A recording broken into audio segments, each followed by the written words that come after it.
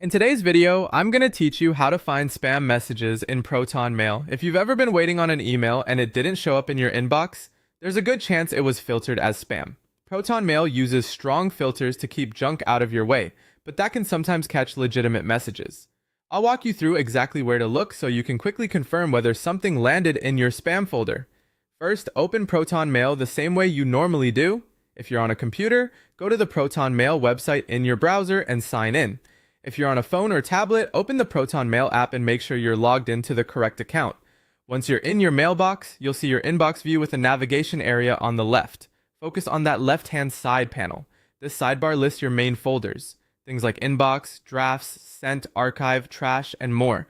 This is where Proton Mail organizes your messages. If your window is small, the sidebar may look a bit compact, but it's still the same place where all folders live. If you don't immediately see a folder labeled spam in that left panel, look for an option called More. It's typically near the bottom of the folder list. Click or tap More to expand the full set of folders. Proton Mail keeps less frequently used folders tucked away here to keep your main view clean, so expanding this section usually reveals what you need.